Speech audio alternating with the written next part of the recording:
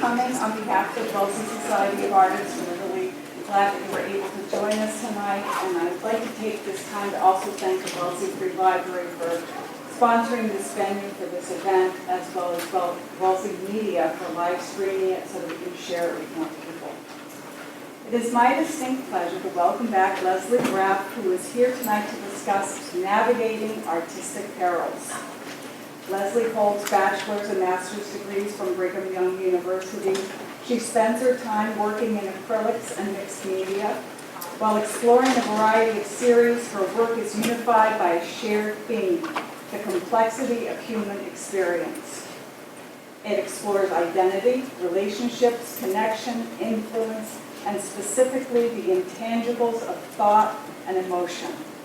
She is fascinated by personal narratives, interactions within culture, and intimacy of the mind. She is most known for her domestic series and explorations of women. Her work has been exhibited in group and solo shows across the country, including a dozen museums, and is regularly seen in universities and galleries. Leslie is currently on the faculty of the Danforth Art Museum. She is an active humanitarian work. Is active in humanitarian work and is passionate about building opportunities for others. Welcome, Leslie. Thank you.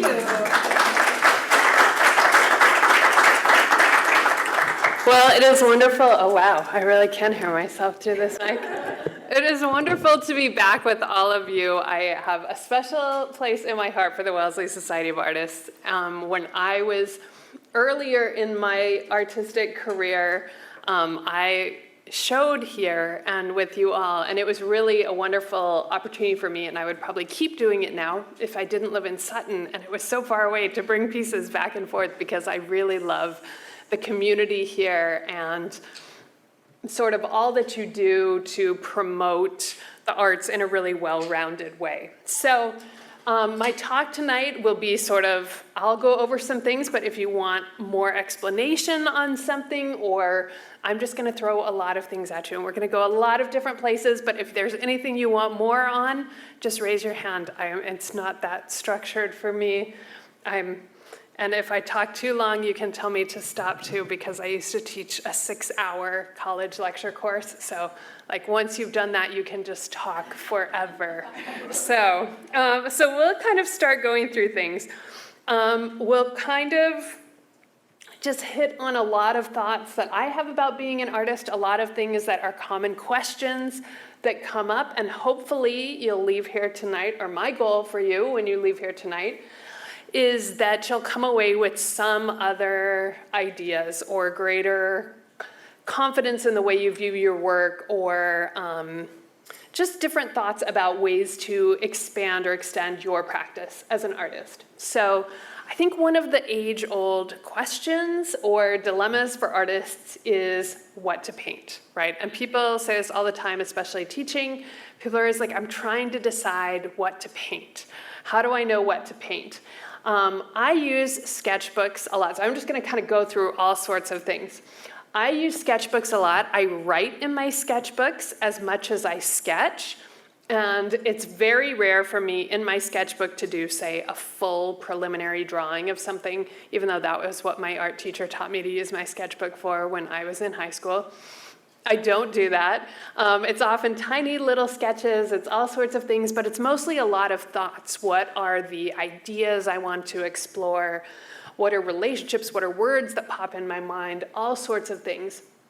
So it's really a space for me of trying to envision what's going on in my head and how could I represent that or express that to the world in a way that's interesting. So I would really recommend a lot of brainstorming, and just on anything. What's the most interesting thing I've done this week? What is the most enjoyable experience I've had this year? What relationships mean the most to me in my life? And then kind of from those, exploring through those different elements, through those different things, but you can choose whatever those categories are for you that dig into deeper places inside of you. And then you can sort of work from there. But for me, that's often how it works. So what subjects are you passionate about? For me, my graduate degree is in human development and relationships. So of course, things about the human experience, things about relationships, things about our intersectionality, those really resonate with me. So those are things that I want to find a place for in my work, because it also gives me a purpose for painting it. It allows me to engage in conversation with others about my work, about those things that I really care about when I talk about my work. So you can think about, what is that for you? And it's going to be different for everyone. So it may be places or things or subjects. What do you like to read about? What are the things that are most fascinating to you in relationships or in our culture? Or if you had to get up and give a TED Talk, what would it be on? What would you want to communicate with other people about? And so for me, those are great starting off points in deciding, what do I want to paint? So other things are to sort of make up expressive exercises for yourself.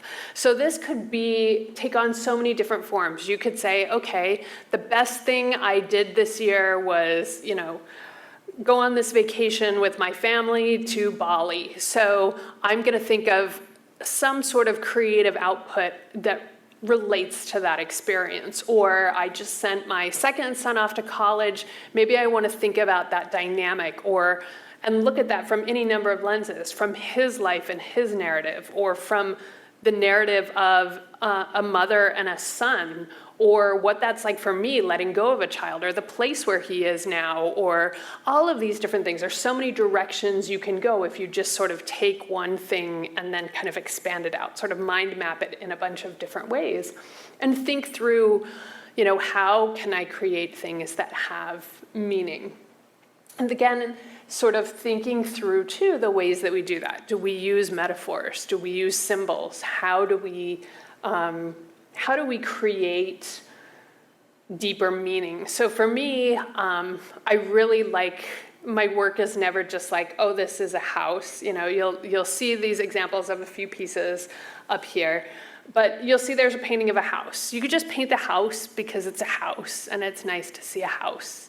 But for me, the piece is about the light inside the house, or the light in the darkness, and sort of a sense of resilience, a sense of purpose, a sense of, how we have to be as individuals, like having something inside of us that's keeping us going in a world that's very chaotic. So for me, I'm always looking for ways to explore those concepts and those ideas.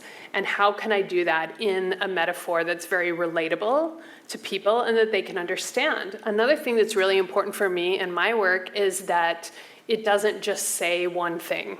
I really like my work to be open-ended, that it can be interpreted a lot of different ways, because each one of us is bringing different lenses of our own experiences to that.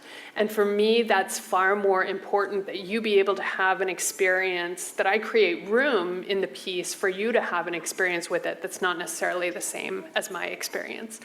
And so I'm always looking to have symbols and metaphors in there, because again, for me, it makes the piece so much more powerful when I see that. Right now it's sitting on the piano in our family room, and when I think about what it means to me, it's far more resonant than if I'm just like, oh, this is a nice house. Like it by embedding that meaning in the piece, or designing the piece to convey that, it informs my environment and my physical space in a way that changes how I live my life. And so I really love the power of art to be able to do that. Now, another thing I like to do with my pieces is they usually have some sort of hidden meaning in them. And people think, oh, wait, if I look at your painting hard enough, can I figure it out? And I will always tell them no. And no one knows it but me. But there's always a person or an event or a conversation or something that relates to like the genesis of that painting. And I keep that, and I never tell it to anyone. It's just usually my personal thing. There's metaphors, there's things that I'll share about a piece, but that piece always stays mine. And it allows them to be like my own little collection of secrets, or sort of memorialization of things that are really meaningful to me or that are special to me.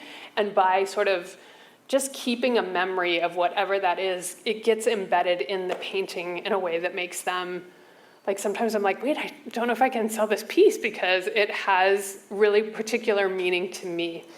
And that also gives me more motivation as I'm working on pieces. So, okay. Using your own objects references things that have meaning. So many times people are like, they're trying to find that stock photo or they're going to magazine images. Like, to save yourself any copyright issues, like try to force yourself into those, taking your reference shots or altering reference shots, doing things, working with things like my domestic series. It shows women doing domestic work, but without heads.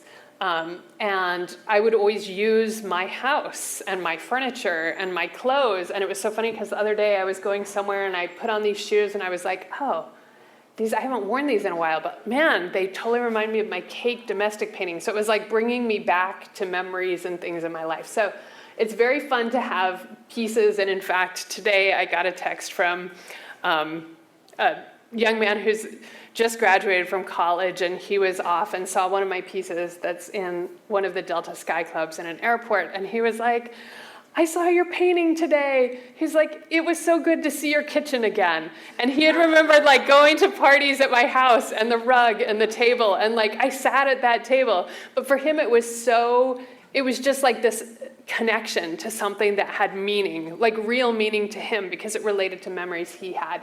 And so I would just challenge you too to find those ways to really embed things that are significant to you into your work, because not only that, it creates your own personal legacy within the work, it creates more meaning for the other people who know you. It creates more meaning in the piece for your family members or other people who are connected to you in ways that you wouldn't if you're just pulling, some image from Shutterstock that you're like, oh, look at the lovely sunlight on this, whatever.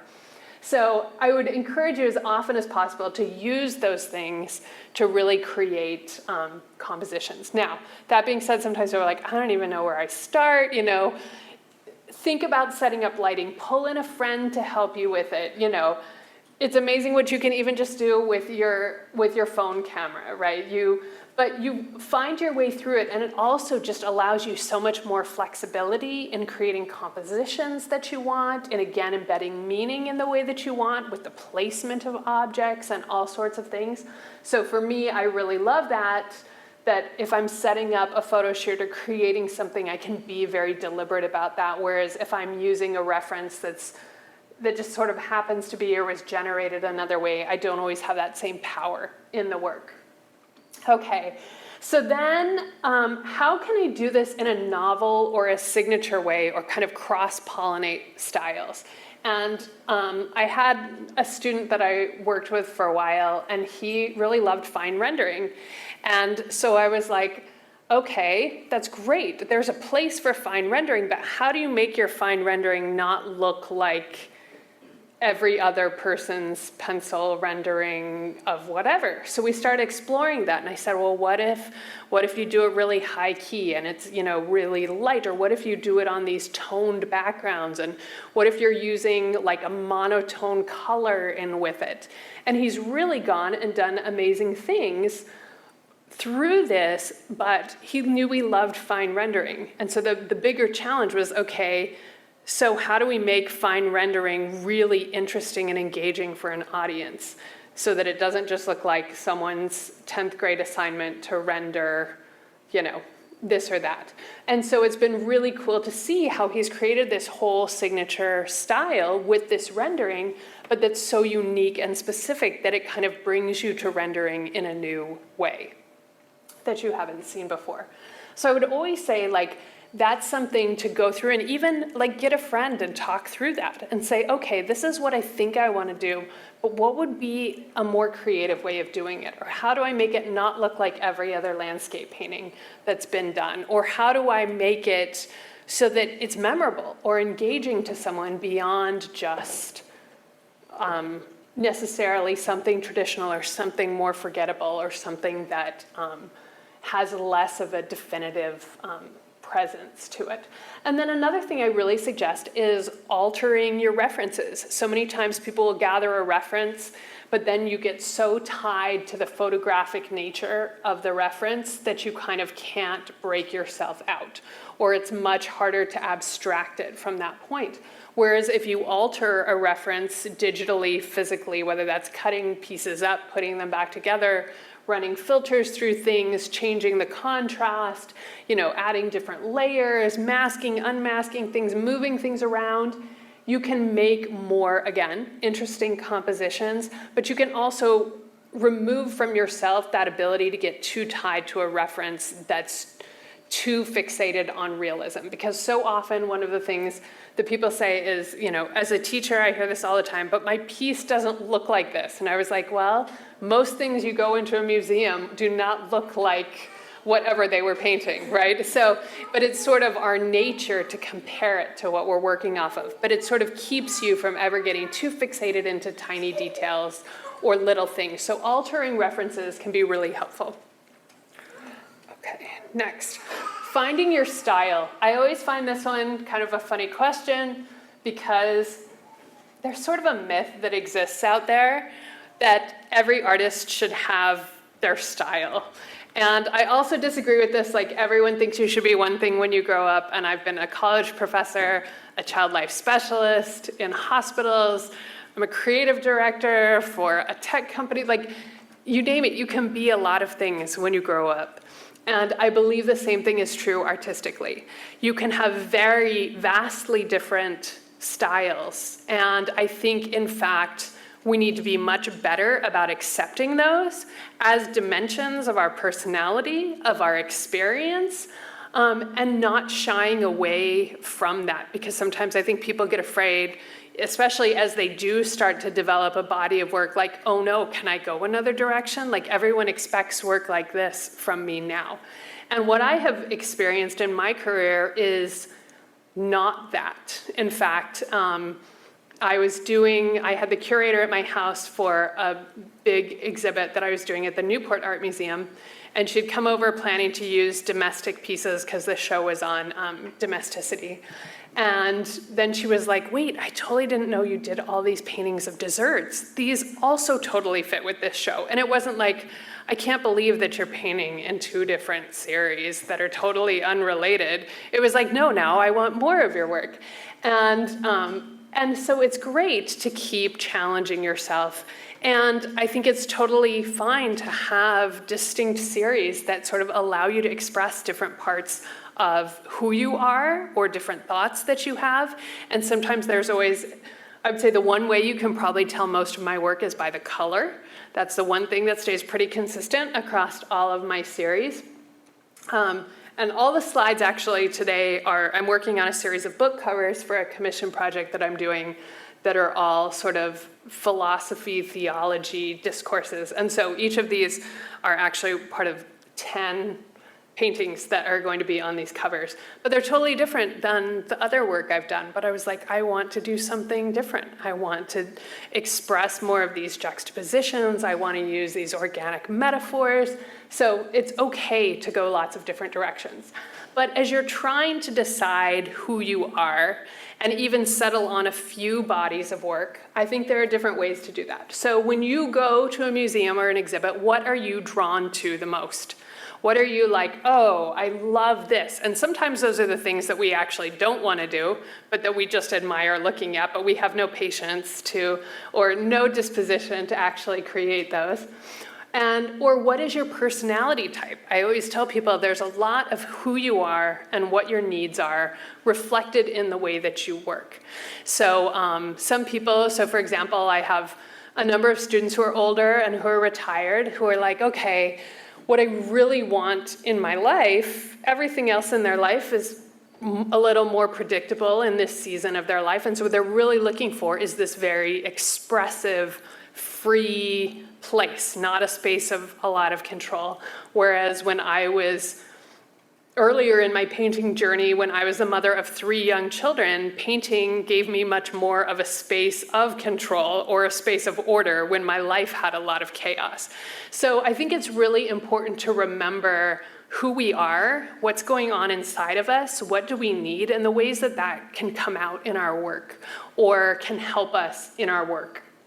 But understanding your personality type. I love acrylics because I love to work fast.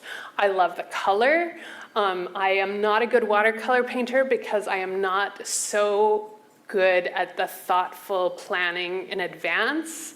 And I don't love the preliminary work. Like, I want that piece drawn up in like 10 minutes because I want to start getting paint on.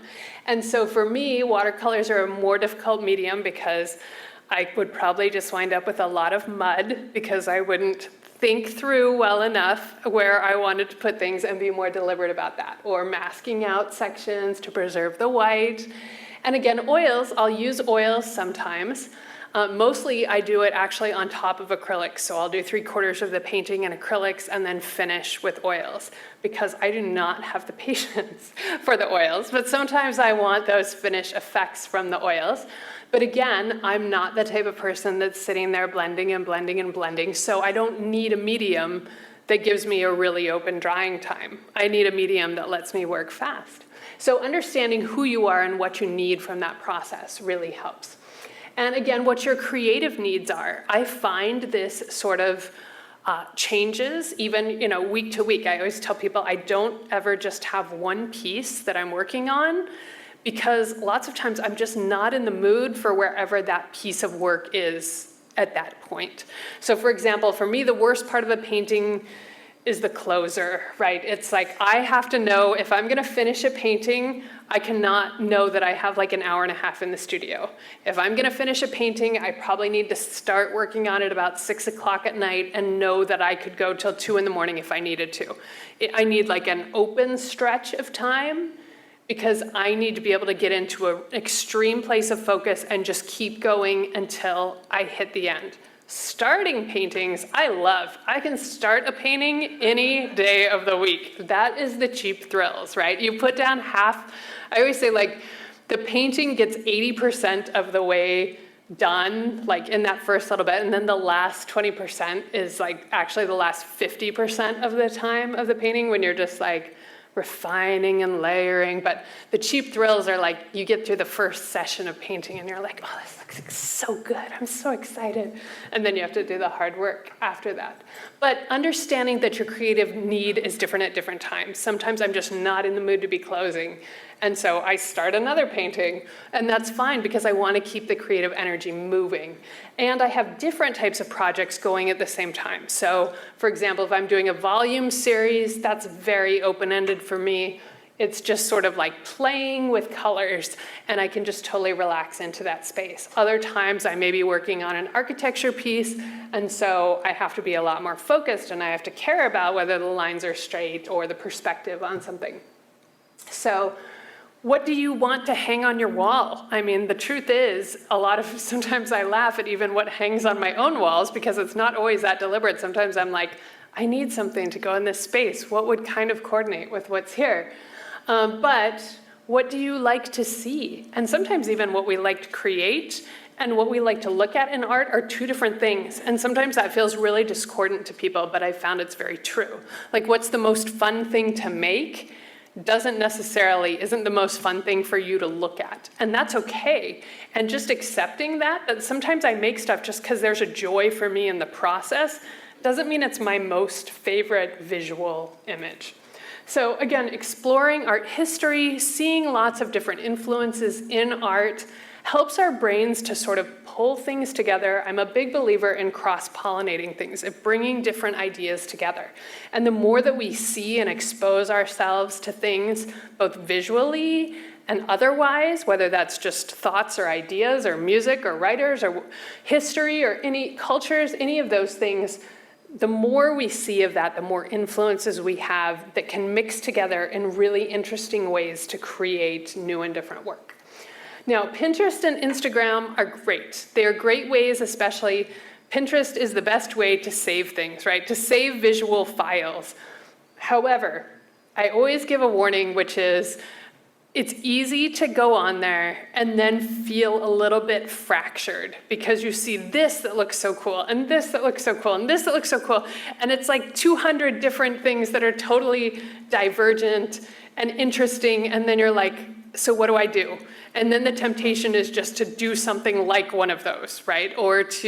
And so it's good to draw from a broad range of inspiration, but then go back to yourself. Like maybe you're drawing inspiration from a person's style or from their palette or the scale of the way that they're working. So use it to more inform different things. How do I mix up my media choices? How do I change the scale or the scope of a project to make it more interesting? I'm always looking for, if I'm doing a show, I like to have at least one material shift within the show. So if I'm doing acrylic on canvas, then maybe I do some that are sewn on canvas. Or maybe I do some other ones that are wood with resin or something like that. So I'm sort of pushing myself to also explore an idea in more than one way. So just trying out lots and lots of things really is the way to find your way to different things that you love. And anytime you do love something, then it's like, okay, try something else similar. And just keep sort of circling around things. And then if you get bored, go a different direction for a little while. But really exploring merging multiple influences. So you may say, okay, I really love the way this person uses a limited palette, or but I also am really drawn to this. How can I merge those two things? And give yourself experiences that force you to think and work differently. So for me, one of the greatest things about painting in different styles is it keeps reinforming my work. So when I come back to another series, my painting has changed just a little bit. And so if I take a break from domestics and I'm off doing these organics and then I come back to the domestics, I bring a slightly different and fresher view to the domestics than I had when I'm just doing domestic after domestic after domestic.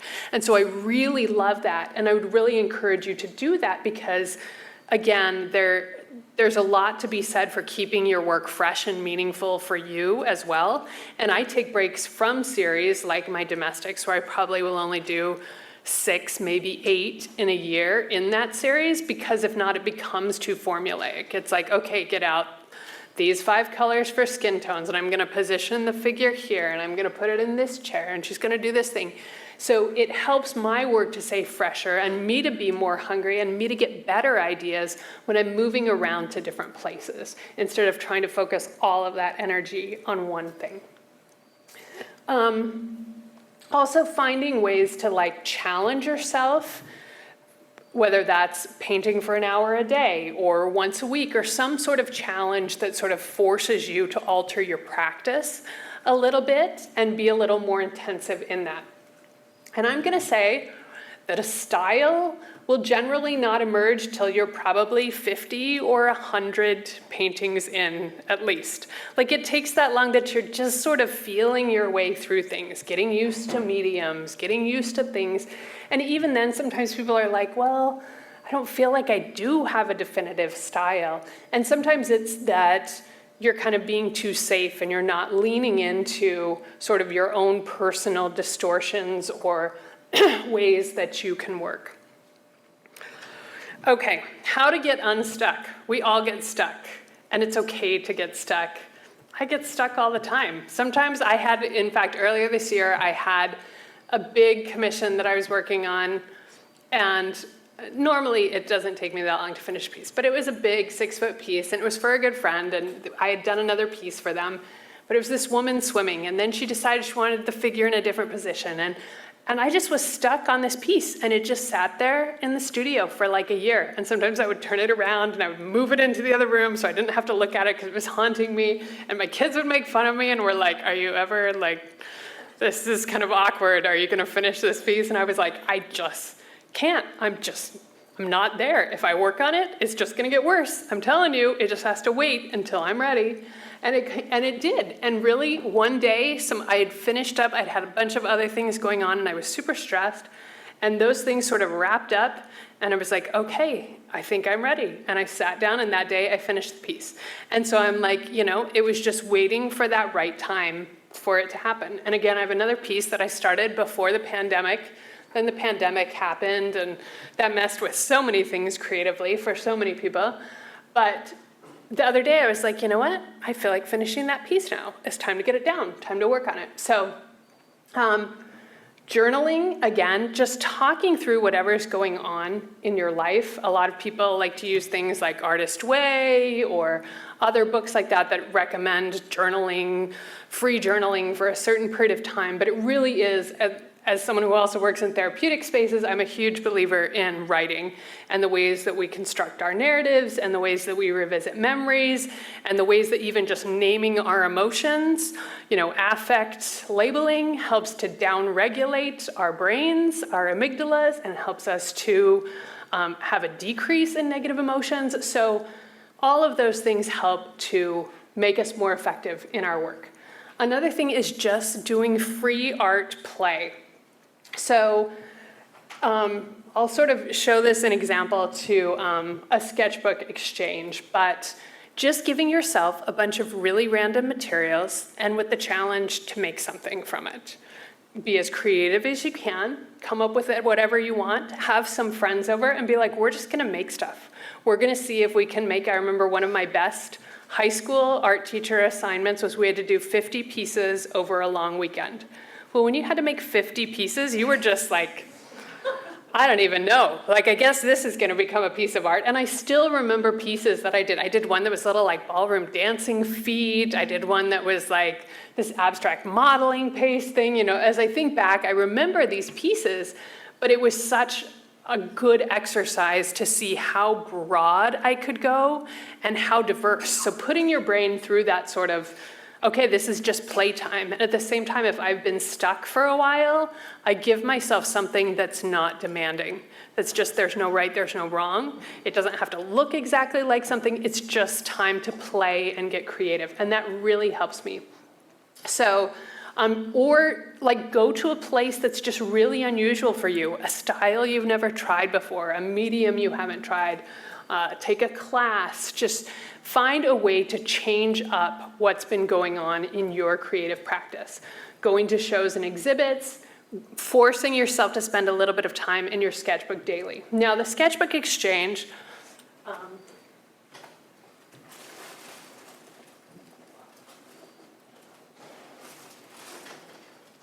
I brought an example of this. I have a friend who's an art educator and would do these sketchbook exchanges. So basically, as I trip over the cords.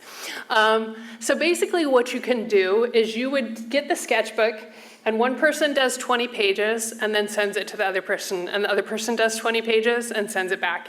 And you keep going back and forth and you wind up with just the most, and then we would also put comments and things on the other people's pieces. So it was sort of funny, but it was literally how many different types of random materials could we fit into a book of all sorts of, there's old CDs in here, there's printmaking, there's painting, there's just everything. There's writing, there's things from magazines, but it's like just a whole, there's transparency pieces and maps and overlays and just all sorts of different things. But the whole goal is just being creative, just giving yourself like the chance of finding and making the most random things that you can think of. But I can guarantee that every time I sit down and do sketchbook exchange, it makes me more creative. It gets me more primed to work on other things. So find a friend or a group of friends. You can have a group of them and pass them around and just take turns. But seeing other people's work gives you stepping off points as well. And also being able to respond to someone's work or have it be like a dialogue or a conversation or just about being amusing or capturing something memorable or funny in a day is really helpful. So I really recommend, and we made little stickers that you could like stick on different pieces that you especially liked, so when they got it back, they would see what was most memorable to you. So things like this can be really fun to finish. I did a domestic on the back as part of mine. So there's an example of something that you can do. Also give yourself a break. Like, forcing it does not always help. And I'm a big believer in this. Sometimes you just need to, like, I have learned to understand my own creative needs and my own sort of requirements. And so sometimes that means, like, back off. It's not the right time to finish this piece. And I've learned to trust that and know that it will come back around. And so not feeling like you have to be doing things all the time. And it's really a good time to explore. Usually when we're stuck for a reason. There's something else going on in our lives that's diverting a lot of that energy. Sometimes it's emptiness. Sometimes it's a lack of meaning. Sometimes it's stress. Sometimes it's physical health issues. Sometimes it's relationship issues or anxiety or depression or any number of things, but that are kind of getting in the way or dulling that sort of connection or stealing that energy. And also if you're doing other creative things, like I find this a lot. I'm involved in a lot of different things, and if I'm doing too much creatively, I do consulting in another creative space and I'm designing social impact projects and actually what people make for large corporations, and if I'm so focused on designing a mental health kit that people can assemble for teenagers, I don't have the same gas left in the tank to paint, right? Because my creative, even just what's running in the back of my head as I'm going throughout my day is, oh, what if I sourced this here? And what if I made it this way? So you do need to think about the ways that your creativity may be getting pulled and sucked in other directions, which for me at least, it's more of a limited resource. I can't just expect that the creativity is always there in endless amounts, because that's not how it works for me. It may work that way for other people. It would be really great if it did, but it's not how it works for me. So, habits of mind. I think there's ways that we can think about working as an artist that can be helpful to us. The first one is it doesn't need to look just like an image. And this is something that I think we instinctively do, and all the time I tell students, like, you don't go to a museum to see the same piece over and over again. And you don't go to a museum to just see, well, sometimes you go to see a photograph exhibit, but most of the time you're not going to just see photorealism in everything. You go because there are these very interesting distortions that are unique to each artist. The way that they interpret and see and express is different. And so you need to not judge yourself by this thing. You need to be working to create that unique expression of yourself. So just remind yourself it doesn't need to look just like that. And also, if this work were done by someone else, or if I were to see this work in a show, would I judge it the same way I do as when I'm looking at it as the creator? We get too close and too intimate and too critical of our work. And remind yourself that there isn't one right end to a painting. I always say that's sometimes the exhausting part of being an artist, is it's not like one of two choices, it's one of like 17,000 choices that keeps occurring over and over again through the piece. Like, it could go this way, or it could go this way, or you could do this. And sometimes my students, as Erin can probably attest, or other people have me, I'm like, well, you could go this direction, or you could make a background like this, or you could also go like this. And sometimes it's like, no, I just want to know what I should do to make it look good. But there are a million different versions. And I always tell myself, it's okay, like, pick one. And if you still want to do that other thing next. Like, you can paint it 17 times, 17 different ways. There's nothing stopping you from doing that. In fact, it's a great exercise. But reminding yourself there isn't one end, and the endpoints are flexible and variable, and sometimes I put something up on the wall for 2 years, and then I'm like, wait, I don't like that, I'm gonna paint over that section, and I change it, and that's all okay. There isn't this stop and start, and people always say, how do you know when a painting's done? And I'm like, I don't know when a painting's done. Usually, well, I often like to say that paintings are done enough, which means it's fine. It looks finished. It looks complete. If you want to keep going on it, you can, but it doesn't need anything else. You could choose to refine it in different ways, but Sometimes it's like, and a lot of times it's like done enough and I leave it there. And then if nothing really bothers me, then it's done, right? But how to know when to stop on a piece is always tricky. I also really recommend taking pictures at the beginning of a painting session, at the end of a painting session, because seeing that progress of what you've really done, so often it's like, did I do anything? I swear it looks worse than when I started. No, it really helps. And if it actually does look worse than when you started, you have a way to go back to what it looked like before, because you now have a picture of what it looked like before. So I highly recommend documenting that process and being able to appreciate what you're investing in the piece. So find trusted art confidants, people that you can call and that will give you good critique. So that kind of goes with good critique. So I have a son who also paints and is in industrial design. He's finishing his last year of industrial design.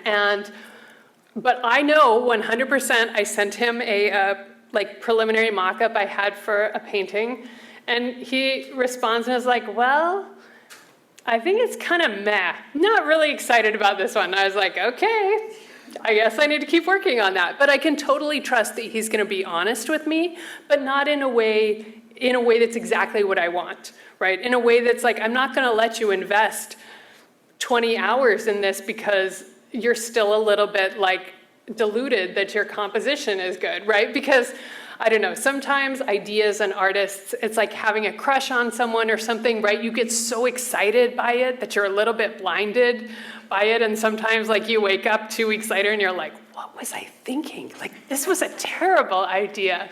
This was not a good idea at all. And like the phase passes and you carry on with your life. But so it's more that he's there to make sure I don't do that, right? And then 2 weeks later go, oh, yeah, that was, So find people who know your style or who you really can value their feedback, but also people who can cheer you on. Like, I love having a community of students or friends that if any time I needed to, I could send someone a text of my work and they would say, oh, I love this, or this is going, or great job, or just to help keep pushing you through in that process. I like to use a plus-delta approach. Plus is what is going well in the painting. Delta is not what is bad about the painting. Delta is the symbol for change. So what is going well in the piece? What has potential for change in the piece? In the future, I could change it by working more on this area. Or in a different universe, I would never have painted this part of the painting to look like this. So I really like it because I think it's much more helpful than us being like, this part looks terrible. And then when we just identify it more as change, it's much more positive and it's much more empowering to us to be like, yeah, I can keep working on this. And whenever my students say this painting looks bad, I'm like, well, then it's just not done yet, right? You can keep working on it until it's not. So another important thing, so seeking out good critique, people that will give you helpful critique, people that will say, yeah, that arm is a little short, and I will always do that for someone because it's like, that's fine if you choose or you want that, but if you want to see with someone else's eyes, maybe something that you're missing or that you don't want to be fighting with that as you get into the painting, then that's what we're here to do, right? Because then you're going to get into the painting and be like, why does my child look so strange? And then you'll be like, oh yeah, once we realize that arm was totally the wrong size or in the wrong place, but now it's so much more work to fix it. So having people look at the work as you're working through the piece is much more helpful than just at the end. So gather a group of people, even if it's just online, you start a thread on Instagram or a text thread and you can just be like, hey, what do you think? Give me your plus and delta on this, or because that can also help expand your mind as you're still working through the piece. And learning how to frame or dismiss unhelpful critique. So sometimes, especially people who are not artists, as we all know, bless them, they do not have an understanding of either sometimes any motivations related to art, like they're just not creative people who see the world in an expressive way, and that's okay, they have their value in other things. Or people who just say things to you, like I had a man come up to me one week, like who I totally knew, and he was like, I really like your paintings like this. The other paintings, I don't like those at all. They just don't resonate with me. And I was like, this is a strange conversation. It was just like, okay, that's great, thank you. I'm glad you like some of them. They're different ones for different people, but or like my mother the other day called me for help. She's redoing her kitchen. My mother's in her 70s, and someone had given her, my mother likes things very clean, white kitchens, and someone was like, oh no, you shouldn't be doing this. You should have all of this color. And I was like, Mom, no, like that isn't you. Like, why would you take this advice? Like, you do not need to take advice from someone about your space or your experience. So it's important to, a lot of times, sometimes my kids will say, do you want me to tell you what I think of that piece? And sometimes I say yes, and sometimes I'm like, no, I don't. Whatever you have to say isn't going to change what I'm doing with it right now. Or, and other times I have heard many stories of people's friends or significant others or spouses who will say things and they're like, that did not help me with this piece. So learn to just dismiss that, or I would say to my children, if you think it needs to be fixed, go ahead and fix it yourself, which they would usually not do, although my oldest did step in and fix the hands on a piece before it went to the Delta Sky Club, because I was done with it, but he was like, no, it's not, don't send it like this. And I was like, okay, then you have at it. But learn to frame those things, learn to dismiss them, learn to say this person is not working from the framework that I'm working from. While their intent is this or that, it's not helpful to me, and I don't need to think about that as I'm creating work. Set a goal for yourself. Always have something that you're working towards that has meaning to you. Some sort of, whether that's a submission for something, whether that's a show, whether that's a gift, whether that's something, just something beyond just the sake of making something. And encourage practices in yourself that help you feel calm and centered, whether that's meditating or yoga or going on a walk or just some breathing exercises. All of those things incorporated into our practices as artists can make us better artists. We know that just from research on well-being. For me, what I find really interesting is a lot of the research on, say, positivity. We don't become more positive by saying, be positive.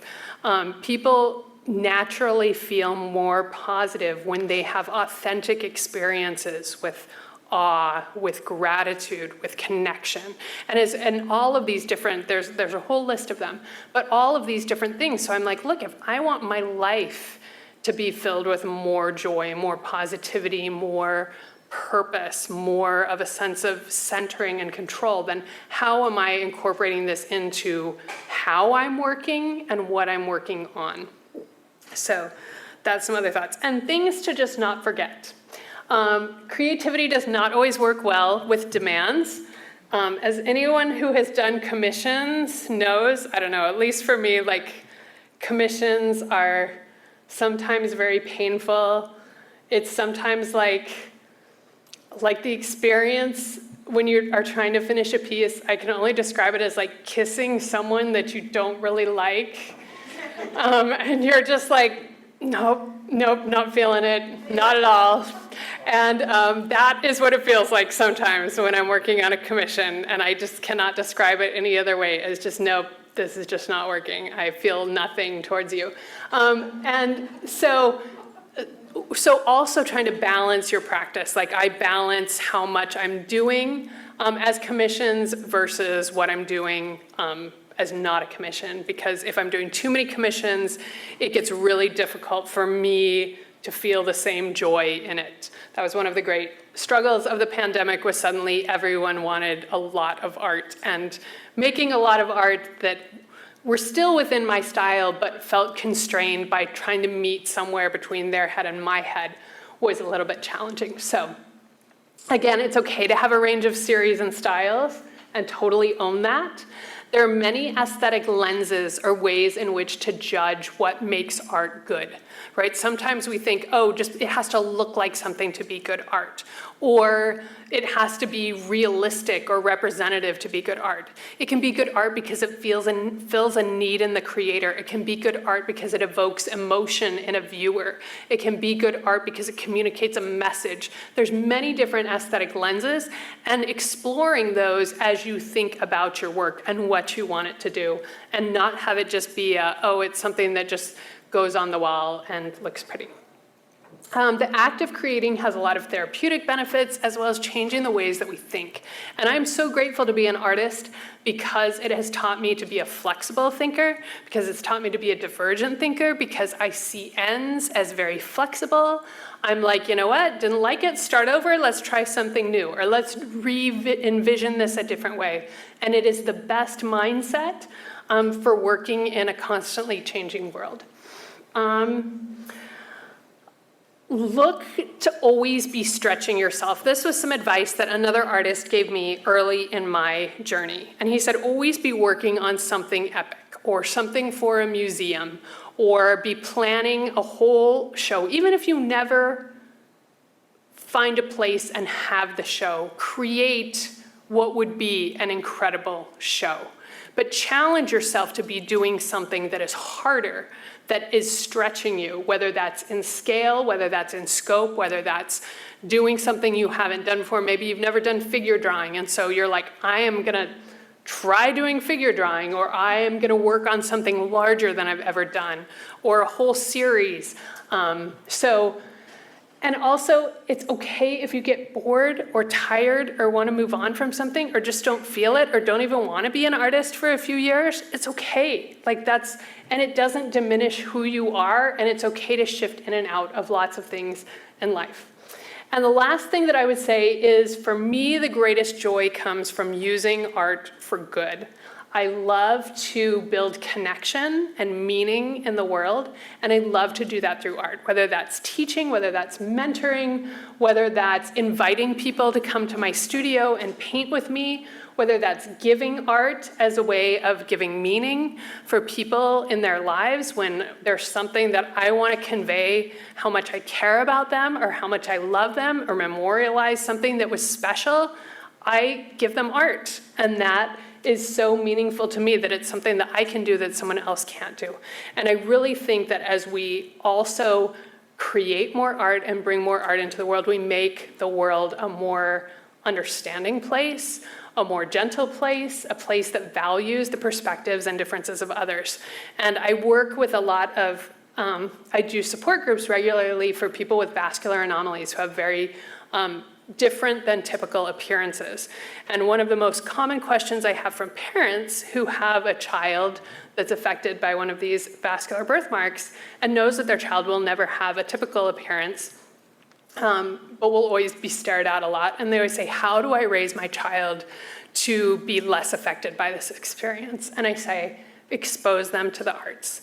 Like, help them create, help them be around art and music and literature and all of these things that show us the beauty of diversity, the beauty of different people's voices and different people's stories, and not one singular ideal. So be out there creating your work, contributing to the community. Sometimes we love to be consumers, and it requires a vulnerability to share our work. But I also think if we want to see other people's work, we have to be willing to share our own work. And we have to be willing to put that out there. And I always, oftentimes when I'm teaching class, I'll bring half-done pieces. I'm like, you can see my pieces in their teenage years, when they are not done, when they look awkward, and when you're like, yep, that doesn't look great yet. Because it's important that we all see those different stages and are all okay with it, right? My value as a person or as an artist isn't tied up in any part or stage of a piece of work. So that's what I have for you tonight. Hopefully something will help someone, but I'm happy to answer any questions about anything related to art or other. So anything I can help anyone with. Or not. You're like, just stop talking and let us go home. Yes. When do I sleep? in little increments. I used to, when my children were little, I had these visions that I would be able to paint while they were like playing, because the studio and the playroom, and I had 3 boys, and it just didn't happen. But they were good, because my earliest child loves to go to bed early, still to this day, probably the only college student who goes to bed at like 9:30. But my kids would go to bed early, and so I would paint from like 8:30 to 10. And that was like my little window of time. But I loved it because it helped me, like when it was an era of everything was constantly a mess, it gave me something that never got undone. Or I didn't then feel the need to have completion come from mothering. Completion could come from the painting. And it made me a happier and a better mother, but I was like, yeah, emotionally, I can't be in these 2 spaces at the same time. So sleeping comes and goes, but, even if it's just carving out little windows to paint, it works. So, yes. Is your studio, where is your studio? My studio is in my house, and I love that. I know a lot of people like a studio in another place, but for me, it's like I can throw in laundry, and then I can paint, and I can change the laundry, and I can start dinner, and I can go pick up a child and take him to golf practice and come back. So I love having it in my house, also because if I paint till 2 in the morning, I can just roll right up into my bed, or sleep on the bed that's in the studio, or anything that I need to do. So for me, that really helps. I know other people need that separation, but for me, having to leave and go somewhere, I would lose so much time that it wouldn't work for me, so. Since you're doing and juggling so many different things, I'm curious if you are very structured and you're planning your time just to create, and also are you structured in terms of these are my 3-month goals, my 6-month goals, my yearly goals. How do you put that all into place? Yeah, not structured. So I am, in fact, I grew up with a mother who would always make her to-do list, and it was this and this and this and this. And I was to me, that stresses me out to no end.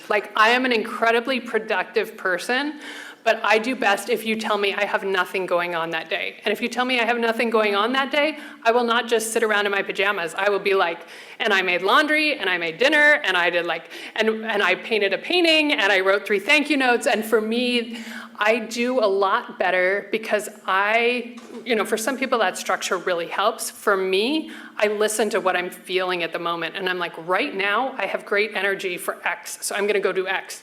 And then okay, now I have the energy for this. And so I can always be doing, when I have an open schedule, I can always be free to follow those impulses much better. And so for me, it's a lot more productive. I know for other people, they're no, I need a certain time, I need a certain place. That again goes back to your personality and weaving that into the way that you create. For me, art goals, sometimes there's a show or something that I'm oh, I need to paint something for this, and that's on the radar. But I try not to be too prescriptive, mostly because I find the less prescriptive I am, the better I create, because I don't feel the sense of pressure or the sense of even sometimes there's a commercial pressure too when you are doing it as a living or selling work, that it's sort of okay, I need to deliver, and my gallery even knows, I show at Arden Gallery on Newbury Street, and it's I'll bring in paintings when I've made paintings, right? And they're really good about that, and not expecting nope, every 4 months you have to have so many paintings, because I won't produce as good a work. And so I try to let myself have that freedom to go the directions that I want. And even with things like shows, there might be shows that I participate in every year, but there's a show, I always do the mass art auction, but it's coming up, and I was you know what? I don't know if I have anything this year. That's okay. It'll be back around next year. Or, a museum show, and people will be did you submit? And I'm nope, I just didn't have anything, so. And I just never make myself feel bad about that. There's a lot going on, and it's okay, and I still probably have a lot of years to go, so. Giving art can be very tricky, because how do you psych out the recipient? As you explained before, you give a piece of art, and how do you know it's going to be, oh, I love it, it's going to be, oh, thank you very much. Yes, I know. I always tell people, I was like, whenever I give you art, think of it like just a glorified thank you note. Like you don't have to keep it for any period of time. You don't have to hang it. In fact, you can re-gift it as a way of bringing joy to others, or like a white elephant gift, like whatever you want to do. Sometimes I do it this way. Like I have certain friends that like when it's their birthdays, I'll always do some little like thing that memorializes something that has meaning to them or that we did that year or something, and I give them these little pieces. So they sort of know to expect these little things, and they might like them, they might not. Other times, and I always tell people it's just an offering, like someone else could bring you flowers or someone else could make you dinner. I'm gonna give you a painting because that's what I do. Like that's what has meaning to me. And sometimes what I'll do too is I'll let friends choose. Like I'm like, you know what, I wanted to give you a piece, and so pick one of these 5. So depending on the situation, if I'm more concerned with them having something for their house, I'm sorry, I'm gonna grab water. Then I just let them choose. Like I show them 5 things and say, or I'll say, please send me a couple pictures of something you love, and I'll use that as a form of inspiration to draw from.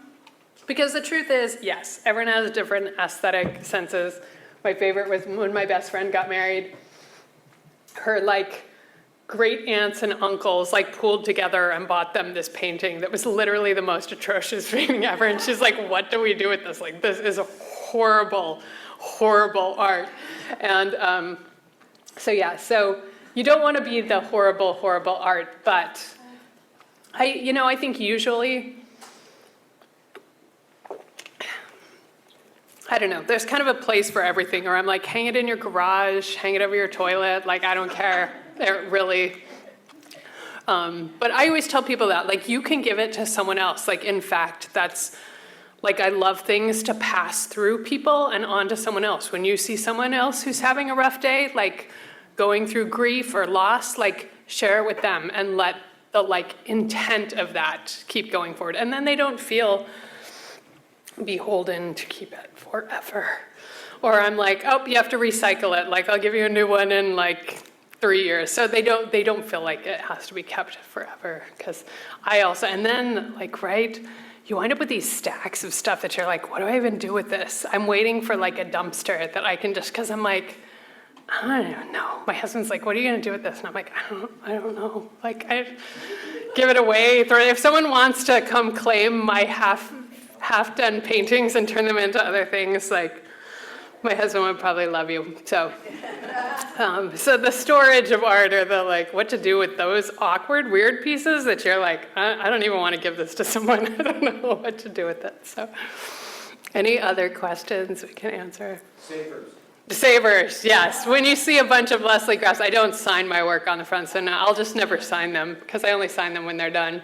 So no one will ever know that they were mine unless they see part of my body and are like, that looks strangely like a Leslie Graff domestic painting. And feel free to catch me afterwards if you have any other questions too. I'm always happy to answer all things art related for anyone. So is that it? Thank you.